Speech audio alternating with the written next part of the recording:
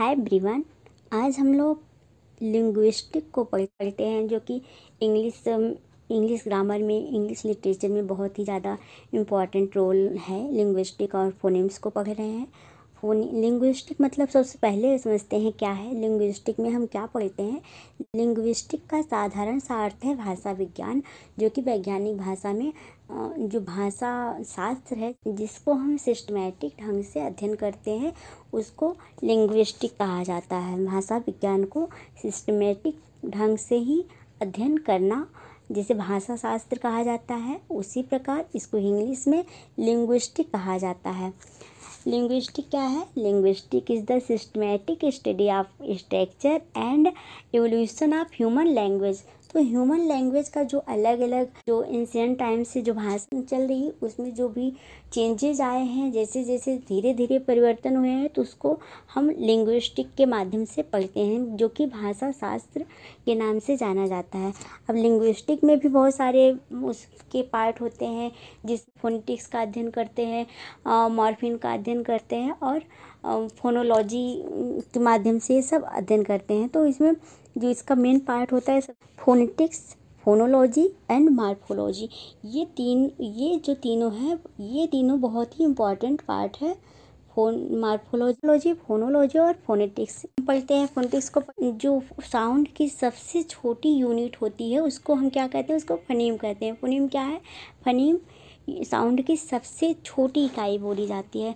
जैसे अगर हम एग्जाम्पल लें तो देखा टी लिख दिया, टी, पी, वी, इस तरह का जो लिखेंगे इसको हम फनीम बोलते हैं, क्योंकि ये साउंड की सबसे छोटी इकाई है।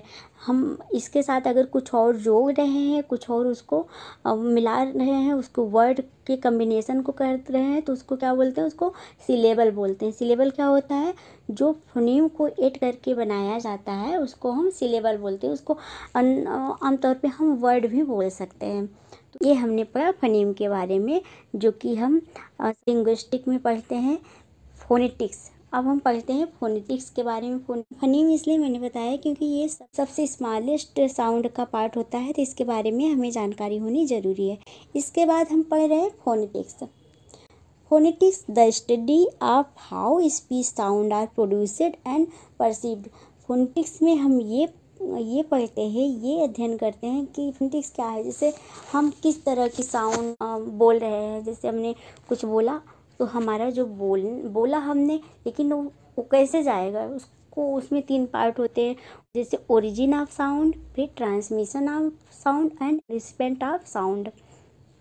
तो इस तरह होता है। जैसे कोई वर्ड हमने बोला, अगर वो वर्ड बोला जब तक वो दूसरे व्यक्ति के पास पहुँचेगा नहीं तो उसको पता कैसे चलेगा, और वो उसको अगर एक्सेप्ट नहीं करेगा तो उसको तब भी पता नहीं चलेगा कि मैंने क्या बोला। इसलिए फोनेटिक्स में 3 पार्ट होते हैं। Phonetics the study of speech sound and their physiological production and acoustic quality. जिस तरह का इसका प्रोड्यूसन होता है और ट्रांसमिशन होता है, उसके बाद रिसीव किया जाता है, तो इसको बोलते हैं फोनेटिक्स ऑफ साउंड। इसमें सबसे पहले इसका 3 पार्ट होता है। आर्टिकुलेटरी मतलब ओरिजिन ऑफ साउंड, जो कि इसका अध्ययन हम जैसे बायोलॉजी में साउंड की हमारी जो ग्रंथियाँ हैं, रेस्पिरेटरी सिस्टम है, उसके माध्यम से जो साउंड प्रोड्यूस होता है, तो उसमें हम ये पढ़ते हैं। उसके बाद है एकॉस्टिक, इसमें physical way of sound level, जो कि हम फिजिक्स में पढ़ सकते हैं। फिजिकल साउंड का ट्रांसमिशन किस तरह किस माध्यम से होता है, जो कि हम सभी जानते हैं साउंड का ट्रांसमिशन एयर के माध्यम से होता है, मतलब हवा के अगर हवा नहीं हो, हम कुछ भी बोले तो सामने वाले व्यक्ति को हमारी आवाज़ सुनाई नहीं पड़ती। इसके बाद है ऑडिटरी साउंड, जो कि उस व्यक्ति ने उस साउंड को परसीव किया, उस साउंड को रिसीव किया, तो तब उसकी जब वो रिसीव करेगा तभी कोई प्रक्रिया करेगा, तभी कोई रिएक्शन देगा उस बात का। जैसे हमने कोई भी चीज़ पूछा, तुम्हारा नाम क्या है, तो अगर वो व्यक्ति सुन नहीं पाएगा तो हमें कैसे जवाब देगा, तो मेरा नाम क्या है। तो इस तरह साउंड जो फोनेटिक्स होता है। और इसमें भी जो जो फोनेटिक्स है उसमें अलग अलग लैंग्वेज आती है। जैसे हम इंग्लिश में अगर बात कर रहे हैं तो इंग्लिश में जो लैंग्वेज है उसको हम किस तरह प्रोड्यूस करते हैं वो भी बहुत ज़्यादा, का भी बहुत इंपॉर्टेंट रोल है। जैसे किस तरह हम प्रोड्यूस करते हैं लैंग्वेज को, जैसे हमने कहा एग्जैक्ट का, और तो इसको आप बहुत जगह ऐसे देखते हैं, जब आप गूगल में सर्च करेंगे तो आपको एग्जैक्ट का जो साउंड है इस तरह यहाँ पे ऐसे लिखा हुआ भी मिलेगा। इसको इंग्लिश में भी लिखा रहता है, इस तरह लिखा रहेगा। तो इससे हमें क्या पता चलता है, इससे हमें ये पता चलता है कि हम जो वर्ड है एग्जैक्ट को किस तरह उसको प्रोनाउंस कर सकते हैं। उसका प्रोनाउंसिएशन इस तरह होगा, एग्जैक्ट, इस तरह इसका प्रोनाउंसिएशन होगा।